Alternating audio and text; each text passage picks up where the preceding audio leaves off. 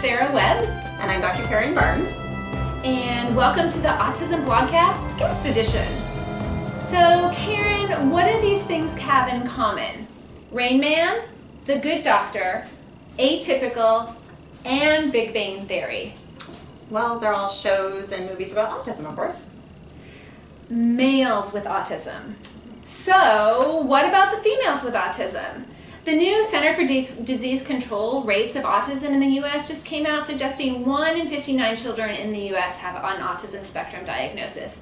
So even though the rates of children diagnosed with autism are increasing, ASD is still diagnosed 4 times more often in boys than in girls. So what do you think that the ratio of males to females hasn't changed, even though more children are receiving a diagnosis of autism?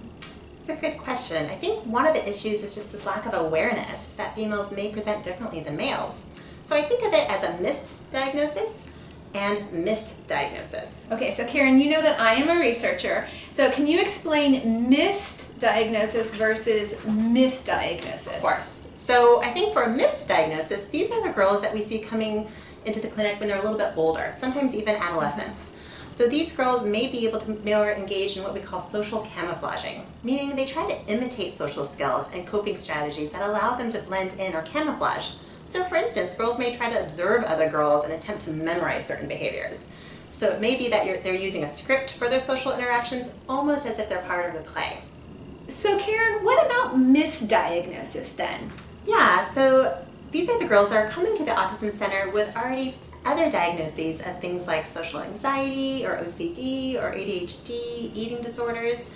So these girls are presenting with clear struggles, they just aren't being seen as autism related. So Karen, this aligns with what we saw in our Gender study, a study of 8 to 18-year-olds focused on equal representation of females and males with autism. So the mothers of the girls with autism in our study were getting pushback from clinicians during the diagnostic process. They were told their daughters were just late bloomers, or that autism's a boys thing, that their daughters were too adorable to have autism. So from a clinical perspective, Karen, what do we know about the signs of autism in females, and how do they differ from males? It's a great question. We actually are getting more research about this topic, and we're finding that females with autism compared to males with autism tend to have fewer motor repetitive behaviors, they tend to have better eye contact, and sometimes less disruptive behavior.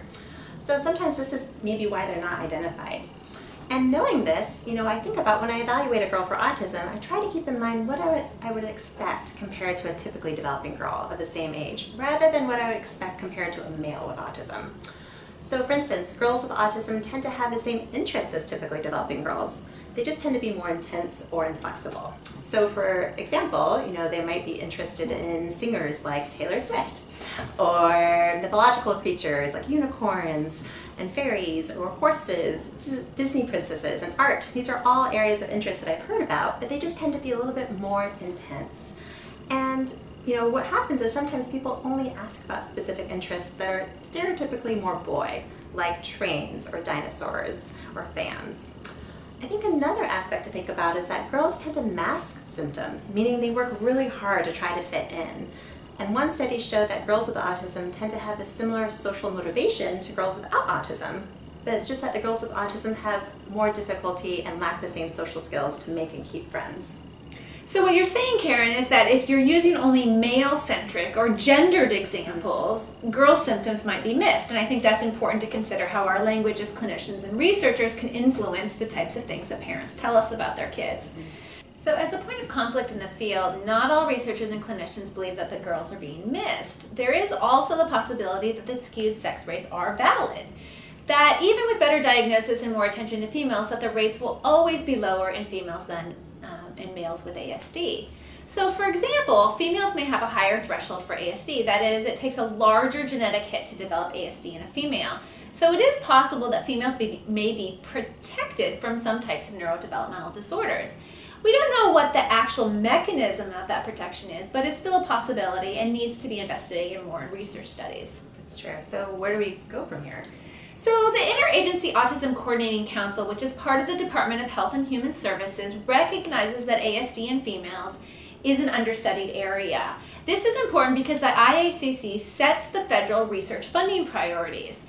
Research efforts like our gender study here at Seattle Children's and at our other sites across the nation have been refunded to follow up a large group of girls with autism, and they're males as well. And so there are a lot of research efforts in this area, and so we're waiting for those to really develop and come to fruition.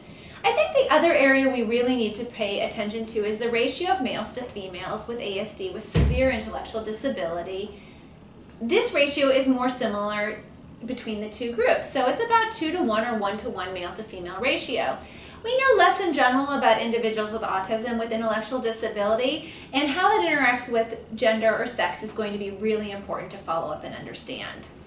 So Karen, from your perspective as a clinician, what can clinicians do to better assess females with ASD? Well, I think some things that clinicians and primary care providers can do is just be more aware that there maybe is this potential bias, and realize that we may be using a more male prototype of autism when we're thinking about, does a girl have autism? And also, we need to consider referring females with autism for a full evaluation, even if they don't meet cutoff on these screening measures that we've developed, because even the screening measures might have a slight bias. And we should be thinking and comparing girls to other typically developing girls of their age and cognitive ability when we think about what would we expect for a girl in terms of her social and communication abilities.